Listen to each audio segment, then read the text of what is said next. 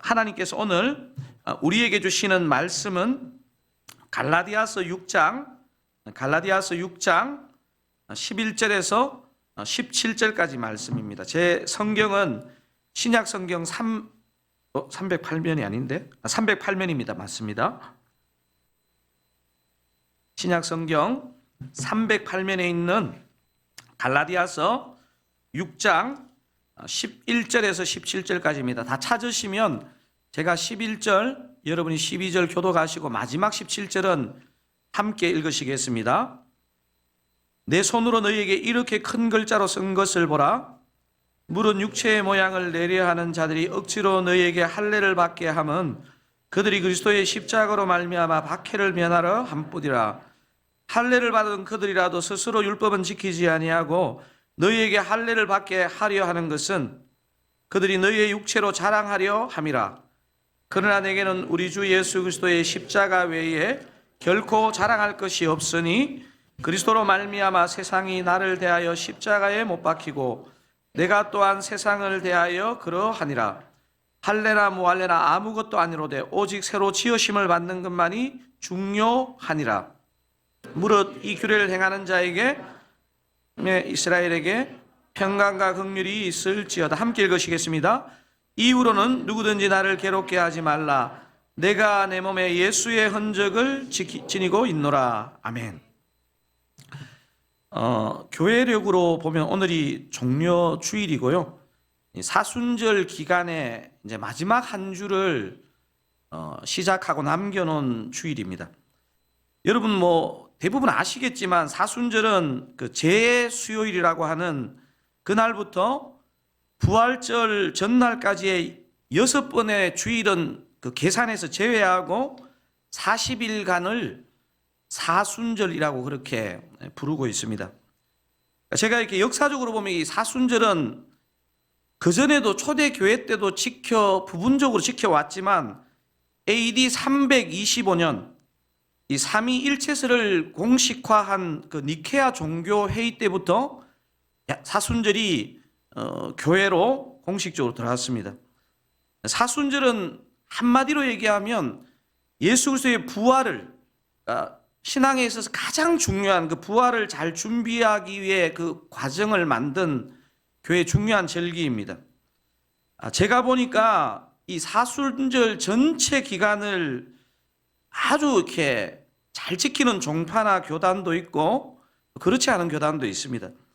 보니까 가톨릭이나 감리교 그리고 개신교 내에서도 예식을 굉장히 중요시하는 교단이나 교파에서는 이 사순절 전체를 좀 그대로 따라가는 것 같고요. 저희들이 이전에 속했던 교단인 그 고신교단이나 우리 분당 우리 교회 교단인 합동교단에서는 제가 보니까 사순절 전체를 지키지 못하도록 하는 건 아닌데 주로 교회적으로는 종려주일, 고난주간, 부활주일 정도에 좀 집중하는 것 같습니다. 오늘이 종려주일인데 여러분 잘 아시는 것처럼 종려주일은 예수님께서 십자가 죽음을 위해 예루살렘에 입성하신 날을 기념하는 절기입니다. 왜 종려나무를 흔들었을까요? 종려나무는 의와 아름다움과 승리를 상징하는 식물입니다. 예수님께서 이날 새끼 나귀를 타고 예루살렘에 입성하실 때 많은 사람들이 종려나무 가지를 흔들면서 어떻게 외쳤습니까? 호산나 다윗의 자손이여 찬송하리로다. 주의 이름으로 오시는 이여 가장 높은 곳에서 호산나. 이게 구약 스가랴 9장 9절의 예언의 성취이거든요. 수많은 무리들은 우리 신약 본문에도 나와 있지만 종려나무 가지를 흔들며 예수님을 열렬하게 환호했습니다. 하지만 우리가 알다시피 5일도 못 되어서 예수님을 십자가에 못 박으라고 하는 무리들로 상당히 편성했었던 것 같습니다. 저와 여러분이 예수님을 이렇게 환호하면서도 예수님을 못 박는 무리들에 들지 않기 위해서 오늘 이 종료주일에 우리가 좀 생각해 볼 부분이 있어서 어떻게 보면 여러분에게는 익숙하지 않는 본문을 제가 선택했습니다. 저의 큰아들, 둘째 아들이 제 기억으로 한 4살, 5살쯤 되었을 때 둘을 데리고 대중목욕탕으로 갔는데 얘들이 갑자기 목욕하다가 제가 이렇게 쳐다보니까 어떤 아저씨를 뚫어지게 쳐다보고 있는 거예요. 온몸에 타투를 한 아저씨에게 다가가서 너무 신기하다는 듯이 저를 막 멀리서 부르면서 이 아저씨 몸에 저게 뭐야? 제가 어떻게 반응했을까요? 아들을 모른 채하고 신속히 그 자리를 피했습니다. 10여 년 전만 해도 한국에서 타투는 조폭의 상징이었습니다. 하지만 여러분 지금 보면요, 격투기 선수, 농구 선수, 심지어는 우리 여자 연예인들도요, 몸의 한 부분에 진짜 타투 없는 사람이 없다 할 정도로 보편화되었습니다. 사람들이 왜 타투를 할까요? 보니까 이게 하는 과정에 아플 거 아닙니까? 그리고 거의 치워지지 않는 타투가 대부분인데요. 운동선수의 경우에는 좀 이해가 됩니다. 상대에게 강한 인상을 주어서 제압하는데 실제적으로 도움이 될 수 있는 것 같아요.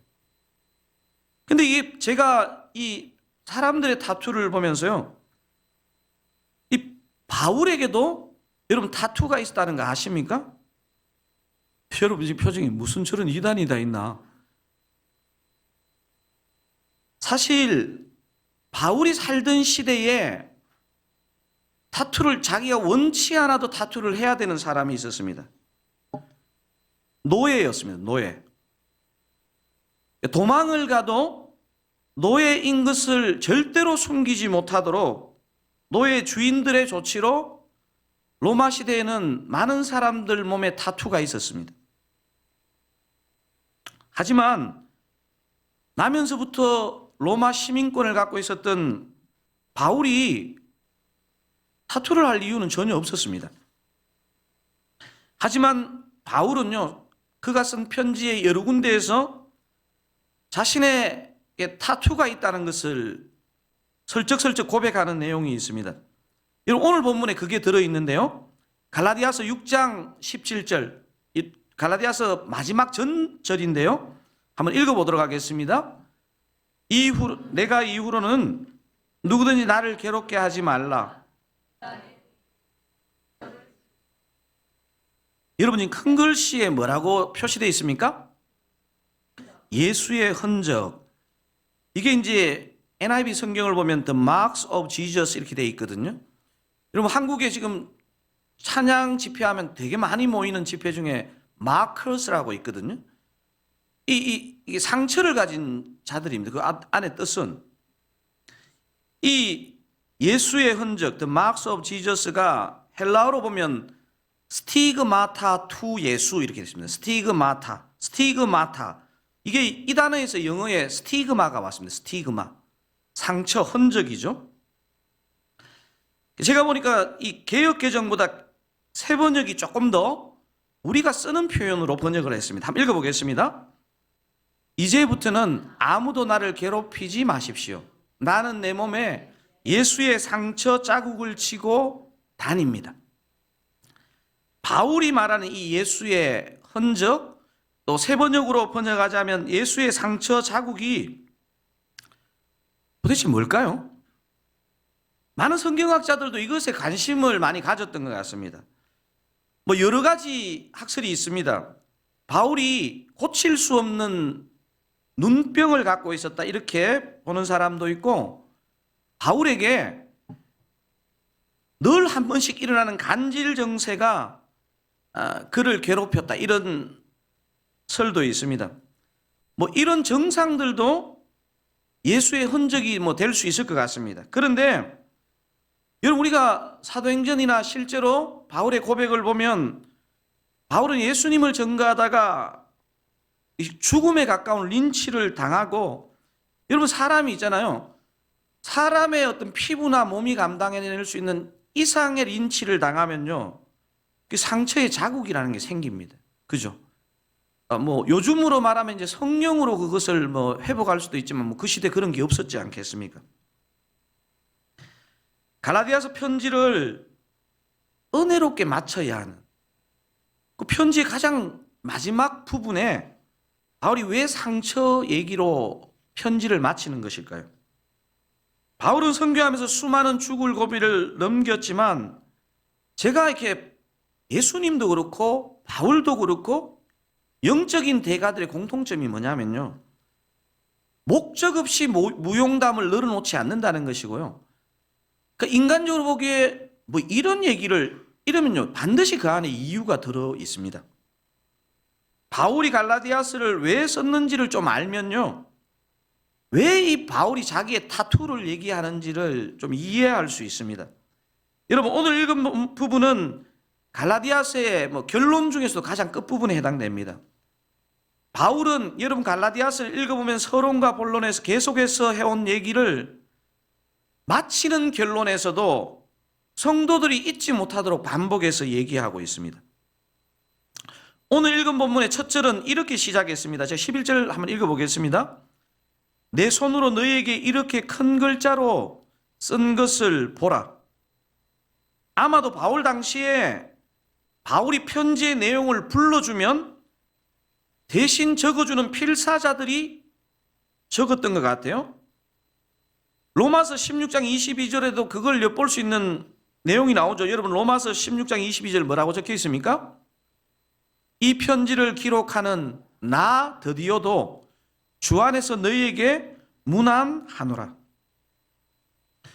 여러분, 바울의 많은 편지들 중에서 가장 먼저 적은 편지를 대부분의 성경학자들은 이 갈라디아서로 보고 있습니다. 여러분, 바울이 선교 편지를 적은 것 중에서 가장 최초의 편지는 갈라디아서입니다. 바울은 필사자를 통해 앞에 내용들을 기록했지만 이게 필사자는 적었을 뿐이고 그게 바울 나에게서 나왔다는 것을 확인시켜주기 위해서 좀 전에 그 11절에서 내 손으로 너희에게 이렇게 큰 글자로 쓴 것을 보라, 이런 말을 하고 있는 것입니다. 왜냐하면 이 가짜 편지들이 많이 돌았을 것이거든요. 여러분, 12절 13절을 우리가 읽었었는데요, 공개적으로 어떤 부류를 심하게 비난하는 내용이 나옵니다. 여러분, 12절 13절을 같이 한번 읽어보겠습니다. 무릇 육체의 모양을 내려 하는 자들이 억지로 너희에게 할례를 받게 함은 그들이 그리스도의 십자가로 말미암아 박해를 면하려 함뿐이라. 할례를 받은 그들이라도 스스로 율법은 지키지 아니하고 너희에게 할례를 받게 하려 하는 것은 그들이 너희의 육체로 자랑하려 함이라. 바울은 지금 복음적 신앙을 가지려는 갈라디아 성도들을 집요하게 방해하는 한 부류를 의식하고 비난합니다. 지금 이들은 오늘 본문에서 뭐라고 볼 수 있느냐면 유대주의자들. 여러분, 우리가 작년에 살펴본 빌립보스에 나오는 그 용어로 생각해 보면요, 율법주의자들입니다. 바울에게 유대주의, 율법주의, 이것은요 빌립보스 표현으로 하면 십자가의 원수입니다. 십자가의 원수. 제가 보니까 바울이요, 예수를 제대로 믿고 나서는 그의 원래 기질 속에는 다혈질적인 기질도 들어있었지만요, 예수를 믿고 나서는 열을 내는 사람이 아니었는데 딱 이 부르면 나오면요 사람이 완전 다른 사람이 됩니다. 유대주의자들, 율법주의자들. 사랑하는 여러분, 유대인임을 보여주는 상징적인 타투가 하나 있죠. 뭡니까? 그렇습니다. 할례입니다. 할례. 유대주의자들은 갈라디아 사람들이 하나님의 백성이 되려면 절대로 복음만 믿어서는 안 된다. 너희들이 하나님 백성 되는 타투가 있다. 할례를 받아야 된다. 그리고 그 타투를 받고 율법 조항을 그대로 지켜야 한다고 주장한 것입니다. 여러분, 그래서 방금 읽었던 12절에서 13절을 읽어보시면요, 바울은 유대주의자들의 문제를 네 가지 정도로 얘기합니다. 제가 그걸 한번 자막으로 준비해 봤는데요. 12절 상반절은 어떤 문제를 지적합니까? 육체의 모양을 내려야 한다, 이렇게 표현합니다. 그 12절 뒷부분에는요, 억지로 너희에게 할례를 받게 함은 뭐라고 되어 있습니까? 그리스도의 십자가로 말미암아 박해를 면하려 한다. 저 말도 굉장히 중요한 말이거든요. 13절 상반절은 뭐라고 기록되어 있습니까? 할례를 받은 그들도 스스로 할례를 받았지만요, 율법을 지키지 않는다는 거예요. 13절 하반절은요, 너희에게 할례 받게 하려 하는 것은 그들이 너희의 육체로 자랑하려 한다, 이렇게 표현합니다. 좀 현대적인 말투는 아니니까 좀 쉽지는 않는데요. 자막 잠깐 띄워두시고요. 여러분, 저기 보니까 가만히 보시면 유대주의자들의 문제점을 네 가지로 표현했지만 첫 번째 것하고 네 번째 것이 좀 내용이 연결되는 것 같죠? 여러분 한번 보십시오. 갈라디아 성도들에게 자꾸 할례를 받으라는 것은요, 그걸 들여다보면 영적인 동기가 아니고 육적인 동기라는 거예요. 육체적인 동기라는 거예요. 그리고 두 번째와 세 번째는 무엇을 꼬집고 있는 것 같으십니까? 십자가에 합당한 삶을 살면, 십자가를 전가하면 이 시대는 그 시대는 더 있겠죠? 박해를 피할 수 없는데 그 십자가를 믿고 전가하면서 받게 되는 그 박해를 피하기 위해서 할례를 강조하고 있다는 거예요. 한마디로 얘기하면 십자가에 합당한 삶을 살면 고난이 있을 수밖에 없는데 할례 딱 한 번으로 퉁치고 지나가겠다는 거예요. 율법의 껍데기는 지키는 것처럼 보이지만 율법의 가장 핵심이 복음인 거잖아요.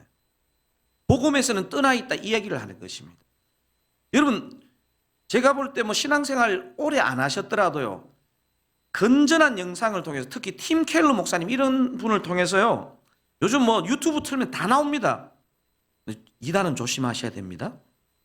그 보면요, 예수님, 바울, 믿음의 사람들이 제일 경계하는 게 이 율법주의입니다. 형식으로 사람을 올감해가지고 복음이 주는 자유를 누리지 못하게 하거든요. 여러분, 우리 시대의 유대주의자는 누구일까요? 복음으로 인한 강경 없이 의무적으로 열심히 교회를 다니고 섬기는 것입니다. 여러분, 이게 반복되고 장기화되면요, 남는 것은 피곤함, 짜증, 다른 사람에 대한 판단, 이게 주로 남습니다. 사랑하는 사랑가족 여러분, 저와 여러분의 요즘 내면과 삶은 어떻습니까? 여러분, 복음으로 인한 감격이 있으십니까? 제가 보니까요, 복음으로 인한 감격이 있으면요, 딱 이런 증상이 나는 것 같아요. 열심히 해가 너무 피곤하잖아요? 자고 일어나면 괜찮아져야 돼요. 자고 일어나면 괜찮아져야 돼요. 좀 피곤하면 우루스 하나 먹으면 되고. 여러분, 이렇게 초라한 목사가 집례를 해도요, 진짜 복음에 대한 감격이 있는 사람은요, 예배 가운데 감격과 눈물이 있는 거죠. 사랑하는 사랑가족 여러분, 저와 여러분의 삶의 환경이 어때도, 예배의 환경이 어때도 진짜 복음으로 감격하고 감사하시고 눈물 흘리시는 저와 여러분 되시기를 주님의 이름으로 축원드립니다. 바울이 혐오한 유대주의자가 아니고 진짜 크리스찬이 된다는 것은 무엇인지에 대해서 바울은 14절 15절에서 답을 주고 있습니다. 14절 15절, 여러분 큰 소리로 한번 읽어보시겠습니다. 그러나 내게는 우리 주 예수 그리스도의 십자가 외에 결코 자랑할 것이 없으니 그리스도로 말미암아 세상이 나를 대하여 십자가에 못 박히고 내가 또한 세상을 대하여 그러하니라. 할례나 무할례가 아무것도 아니로되 오직 새로 지으심을 받는 것만이 중요하니라. 여러분 방금 읽으셨던 그 14절에 의하면 크리스찬은 어떤 사람입니까? 십자가만을 자랑하는 사람. 여러분 진짜 이거는요, 목사인 저를 포함해서 여러분이 본질적으로 묵상해 봐야 됩니다. 내가 십자가만을 자랑하는 것을 되게 이렇게 이상하게 생각한다면요, 이 바울이 가르쳐준 신앙, 우리 예수님이 가르쳐준 신앙이 아닙니다. 요즘 저와 여러분이 주로 자랑하는 것은 무엇입니까? 바울은 우리에게 도전합니다. 제가 14절 한 번 더 읽겠습니다. 그러나 내게는 우리 주 예수 그리스도의 십자가 외에 결코 자랑할 것이 없으니. 왜요? 십자가 때문에 내가 세상에 대하여 죽고 예수와 함께 다시 살아났기 때문입니다. 15절은 할례냐 무할례냐가 중요하지 않다는 것입니다. 할례에 타투가 있다고 자랑할 것도 아니고 타투가 없다고 기죽을 필요도 전혀 없다는 것입니다. 여러분, 15절을 제가 중요한 글씨에 강조점을 넣어서 표시했는데 한 번 더 읽어보겠습니다. 할례나 무할례가 아무것도 아니로되 오직 새로 지으심을 받는 것만이 중요하니라. 새로 지으심을 받는 것이 뭡니까? 새 창조. 저와 여러분은 뉴 크리에이션입니다. 뉴 크리에이션. 도대체 십자가만을 자랑하는 삶이 뭐죠? 차 번호판 근처에도 십자가, 앞에 유리에도 십자가, 귀걸이도 십자가. 이러면 십자가만을 자랑하는 삶일까요? 여러분, 어떤 사람이 진정으로 십자가만을 자랑하는 삶일까요? 바울은요, 주저없이 고린도전서 15장 31절을 추천해 줍니다. 한번 읽어보겠습니다. 형제들아, 내가 그리스도 예수 우리 주 안에서 가진 바 너희에 대한 나의 자랑을 두고 단언하노니 나는 날마다 죽노라. 여러분, 앞에 표현을 한번 보세요. 형제들아, 내가 그리스도 예수 우리 주 안에 있는서 가진 바 너희에 대한 나의 자랑을 두고 단언하노니. 자랑이 뭐라는 겁니까? 나는 날마다 죽노라.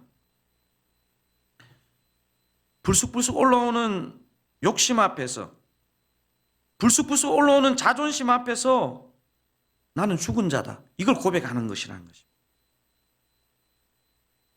여러분, 제가 보니까요, 크리스찬의 가장 좋은 인간관계는요, 자신은 죽었음을 고백하는 것입니다. 여러분, 솔직히 한번 물어볼게요. 어떤 목사가 훌륭한 목사라고 생각합니까? 설교 잘하는 목사요? 지금 네 한 분이 계신 것 같아요. 그것도 중요하죠, 사실은. 성도들이 가려운 곳 시원하게 긁어주는 목사요? 그것도 저는 목회해 보니까 되게 중요한 것 같아요. 그게 본질이든 비본질이든. 근데요, 제가 목사잖아요. 제가 주님 앞에 어떤 목사가 주님 좋은 목사겠습니까? 생각해 보면요, 많은 요소가 있으면 좋겠지만 잘 지는 목사, 잘 죽는 목사, 잘 내려놓는 목사가 저는 좋은 목사가 아닐까 생각됩니다. 제가 자꾸 이런 발음할 때마다 조훈 목사님이 생각이 자꾸 나. 여러분, 이럴 때는 완전 아멘 크게 하셔야 되는 거 아닙니까? 목사가 잘 죽겠다는데 니 안 죽기만 해봐라, 이렇게 막 녹취해가지고 뭐. 사랑하는 사랑 가족 여러분, 어떤 성도가 좋은 성도일까요? 잘 질 수 있는 성도, 잘 죽는 성도가 좋은 성도인 줄로 확신합니다. 오늘 본문을 보니까 바울은 누구보다 잘 죽고요, 잘 지니까 이게 딱 쌓이니까요, 예수의 흔적이 자기에게 남아 있었는 거예요. 바울의 경우에는요, 예수를 믿었기 때문에 그 예수의 흔적이 그의 심령에만이 아니고 그의 육신에 남았던 거죠. 하지만요, 이거를 그렇게 적용하면 우리는 어려워지는 게요, 저와 여러분들 중에 이 시대를 살면서 예수 믿는 타투가 육체에 남는 사람은 거의 없습니다. 뭐 여기에다가 뭐 어린 양 하나 박아야지 뭐 남지 뭐가 남겠습니까? 예수 믿는다고 몸에. 바울은 예수의 흔적을 지닌 자, 십자가만을 자랑하는 자의 삶이 어떤지를요, 요 오늘 본문이 들어있는 갈라디아서 6장의 한 장 앞인 5장에서 아주 중요하게 얘기했습니다. 여러분 나중에 한번 갈라디아서를 묵상해 보시면요, 갈라디아서 5장이 진짜 중요한 장입니다. 신앙생활에 신비가 이 안에 들어 있습니다. 자, 여러분 갈라디아서 5장 1절 그 앞장 그 한 장 앞에 첫 절 한번 읽어보겠습니다. 그리스도께서 우리를 자유롭게 하려고 자유를 주셨으니.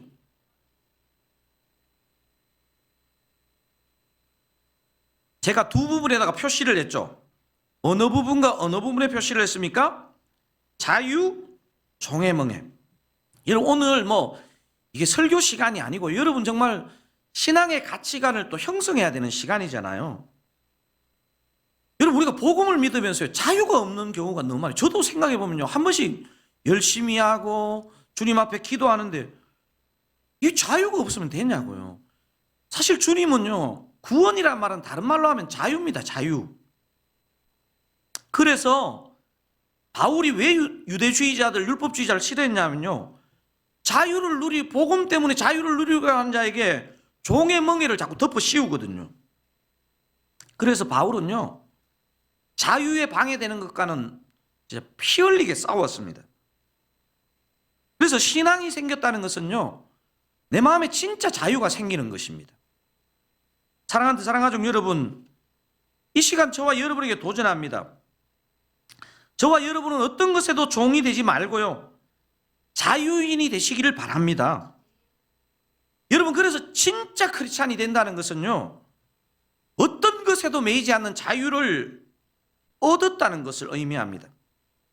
근데 있잖아요, 이 복음이라는 게 되게 심플한데 완전히 반대적인 얘기가 확 등장을 하거든요.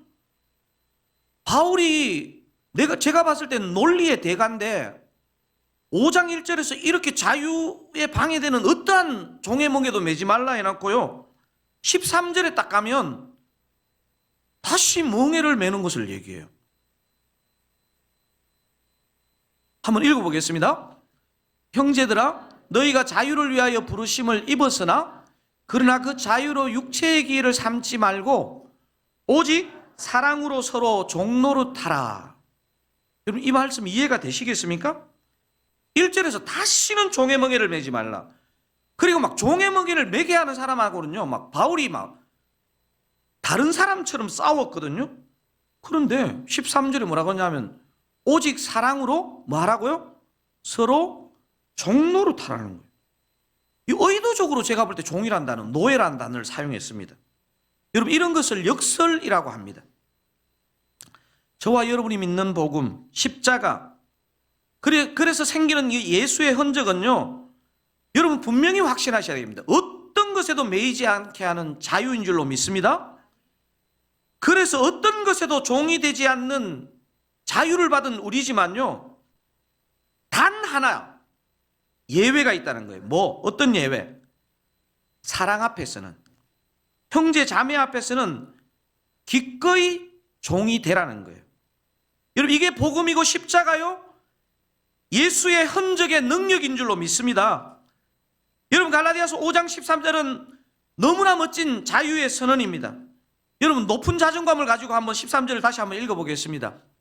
형제들아, 너희가 자유를 위하여 부르심을 입었으나 그러나 그 자유로 육체의 기회를 삼지 말고 오직 사랑으로 서로 종노릇하라. 사랑하는 사랑가족 여러분, 제가 지금 드리는 질문에 조용히 마음속으로 한번 대답해 보십시오. 여러분 자존감이 낮은 사람이 다른 사람의 종이 되기 쉬울까요? 아니면 자존감이 높은 사람이 다른 사람의 종이 되기 쉬울까요? 질문이 어렵습니까? 매우 쉽게 냈는데. 여러분 자존감이 낮은 사람이요 다른 사람의 종이 되면요, 그거는 멍해가 되고 수치가 되고 비참함이 됩니다. 하지만요, 진짜 자존감이 높은 사람, 가장 고상한 자유를 안 사람은요, 누가 억지로 시켜서가 아니고 자발적으로 다른 사람의 종이 되기를 기뻐합니다. 그래서 저와 여러분의 정체성은 이렇게 규정할 수 있습니다. 여러분 오늘 이런 거는요, 여러분의 다이어리나 책상 앞에 붙여두시면 좋습니다. 한번 자막으로, 저와 여러분 어떤 존재입니까? 나는 무한한 자유 때문에 자발적으로 예수의 노예가 된 사람이다. 자, 한 번 더 힘차게 외쳐보겠습니다. 나는 무한한 자유 때문에 자발적으로 예수의 노예가 된 사람이다. 아멘이십니까? 우리는 언젠가 그리스도의 심판대 앞에 서는 날이 다 올 것입니다. 여러분, 죄인만 심판대 앞에 서는 게 아니고요, 여러분 초신자라도 잘 아셔야 돼요. 모든 믿는 사람도 하나님의 심판대 앞에 서서 보고해야 될 날이 온다는 것을 성경은 바울이, 이 갈라디아서 썼던 같은 바울이 로마서 14장 10절 11절에서 밝히고 있습니다. 한번 읽어보도록 하겠습니다. 내가 어찌하여 내 형제를 비판하느냐? 어찌하여 내 형제를 업신여기느냐? 우리가 다 하나님의 심판대 앞에 서리라. 11절이 더 중요합니다. 기록되었으되 주께서 이르시되 내가 살았노니 모든 무릎이 내게 꿇을 것이요 모든 혀가 하나님께 자백하리라. 모든 혀가 어떻게 한다고요? 이거는요, 다 얘기한다는 거예요. 모든 것을 아시는 하나님 앞에서 우리의 죄와 잘못을 숨기고 절대로 피해갈 수 없다는 거예요. 저는 이 구절이요, 제 신학대학원 들어가서도 제 마음에 굉장히 부담을 주는 구절이었습니다. 근데 제가 종말의 심판을 생각하면서 제가 상상되는 성경적인 두 가지 상상의 그림이 있습니다. 하나는 구원과 관련된 이 심판대 앞에서의 장면이고요, 하나는 우리가 상급 이러잖아요. 상급과 관련된 장면이라고 저는 생각합니다. 먼저 첫 번째 상상의 그림은 뭐냐면요, 마지막 심판 때 모든 것을 다 하시는 하나님 앞에서 내가 이 땅에서 예수 믿기 전만이 아니고요, 예수 믿고도 지은 부끄러운 죄악을 어떻게 하나님이 처리하시는가에 대한 그 장면인데요, 죄인이나 의인이나 변명할 수 없도록 이 땅에서 지은 우리의 죄악들을 여러분 천국 심판대 앞에서, 그 하나님의 심판대 앞에서 여러분 CCTV가 리와인드 된다는 거 아세요? 여러분 오늘 두 번째 이단이다. 무슨 CCTV냐? 제가 상상이라 그랬습니다. 근데 그게 진짜로 CCTV일지 다른 장비일지 뭐 천사들의 정언일지는 모르겠지만요, 우리가 이 땅에서 지은 모든 행위가 담겨있는 CCTV가 틀어집니다. 해상도가 엄청 높습니다. 이게 좀 전에 읽은 로마서 14장 9절 아닙니까? 지금 제가 말씀드리는 게, 죄인들은 이 땅에서 자신들이 지은 죄악들을 CCTV를 통해 직접 보는 순간에 하나님을 믿지 않았던 사람은요, 엄청난 공포와 수치로 사람이 막 혼비백산하게 됩니다. 하지만요, 예수를 똑바로 믿은 저와 여러분은요, 이 땅에서 지은 수많은 죄악들을요, 우리 주님의 보혈로 이렇게 씻어주는 것을 보여줄 때 저와 여러분이 감격과 감사의 눈물을 흘리는 그 영상입니다. 저와 여러분도 예수 믿고도 많은 죄를 지었죠. 마지막 날 주님의 심판대에서 CCTV가 돌려질 때 우리가 공포와 수치에 빠지지 않을 수 있는 비결이 뭡니까? 우리 주님의 보혈을 믿는 것입니다. 덜 지어서가 아니고 횟수가 적어서가 아니고요, 우리 주님께서 그것을 보혈로 씻어주시는 것을 우리가 마지막 날 우리가 확인하면서요, 공포가 아니고 감격과 감사로 그 문을 통과하게 된다는 것입니다. 여러분, 근데 제가 상상하는 그림이 하나 더 있습니다. 조금 전에 그것은요, 구원받은 자와 구원받지 않은 자의 어떤 장면이고요, 이거는 예수 믿어서 받게 되는 상급에 관한 성경적인 상상입니다.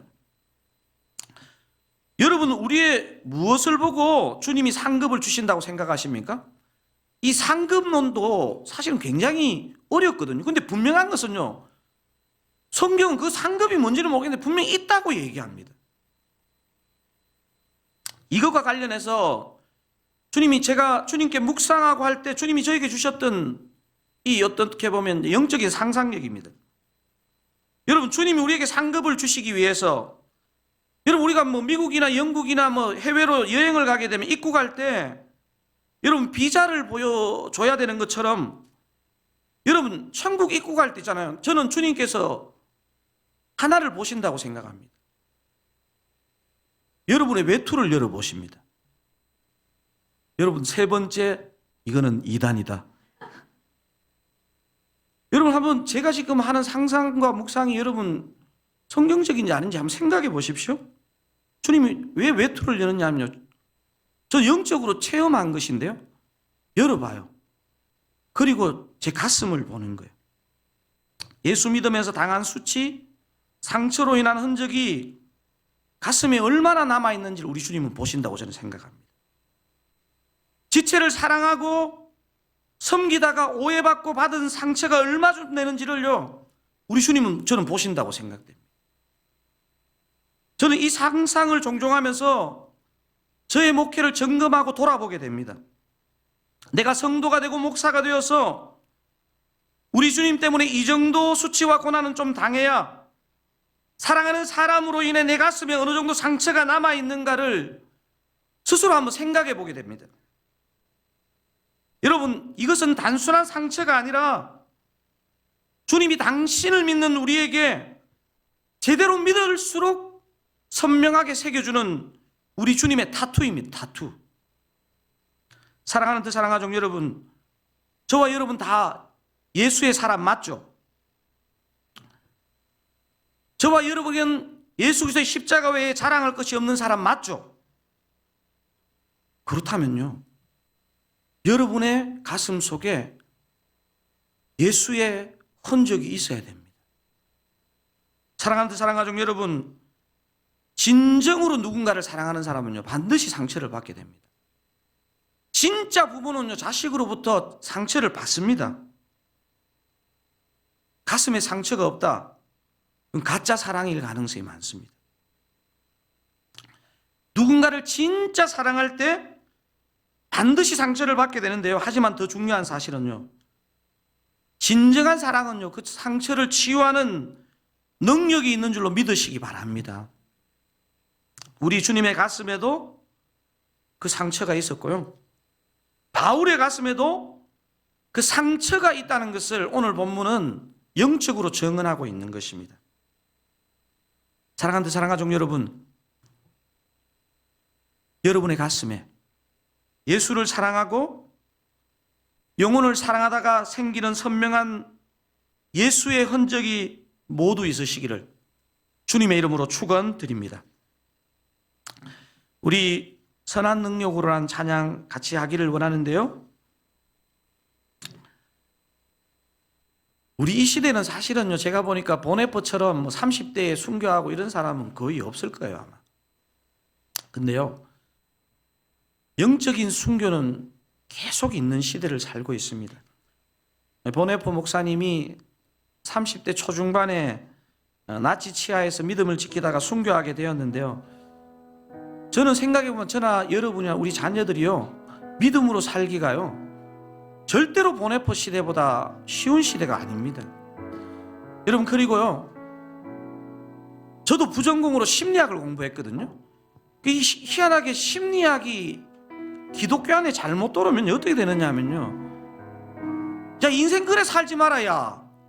무슨 상처받고 뭐 순장을 하고 상처받고 뭐 교회를 섬기냐. 그 마귀의 소리입니다. 마귀의 소리. 여러분, 진짜 마귀의 소리입니다. 진짜 사랑하는데 어떻게 상처가 안 생길 수 있습니까? 여러분, 만약에 그런 사람이 있으면 제 방에 와서 좀 비법을 좀 가르쳐 주세요. 사랑하면요, 반드시 상처를 받습니다. 근데요, 사랑하면요, 그 상처가요, 더 성숙됨으로 회복되고요, 그 상처가 우리 영혼의 가슴에 새겨져서요, 주님이 마지막 날 보신다니까요. 야, 내 이거 네 이거 내 안다. 그날 네 받았던 이건 내야 한다. 내가 네 다른 사람 잘 모르지. 나도 그때 아팠다. 내 상처가 있다. 여기 봐라. 나 여러분 그냥 상처를 받으라는 뜻이 아닌가 아시죠? 그죠? 쉽게 상처받으면 안 되는데요, 진짜 주님을 사랑하면요, 주님 때문에, 내 사랑하는 사람 때문에요, 받아야 됩니다. 제가 목회를 하면서요, 제가 그런 결단을 하게 됩니다. 이거 뭐 받는 거 이게 뭔 대수라고. 내가 삐뚤어지지만 않는다면 뭐 더 받은들.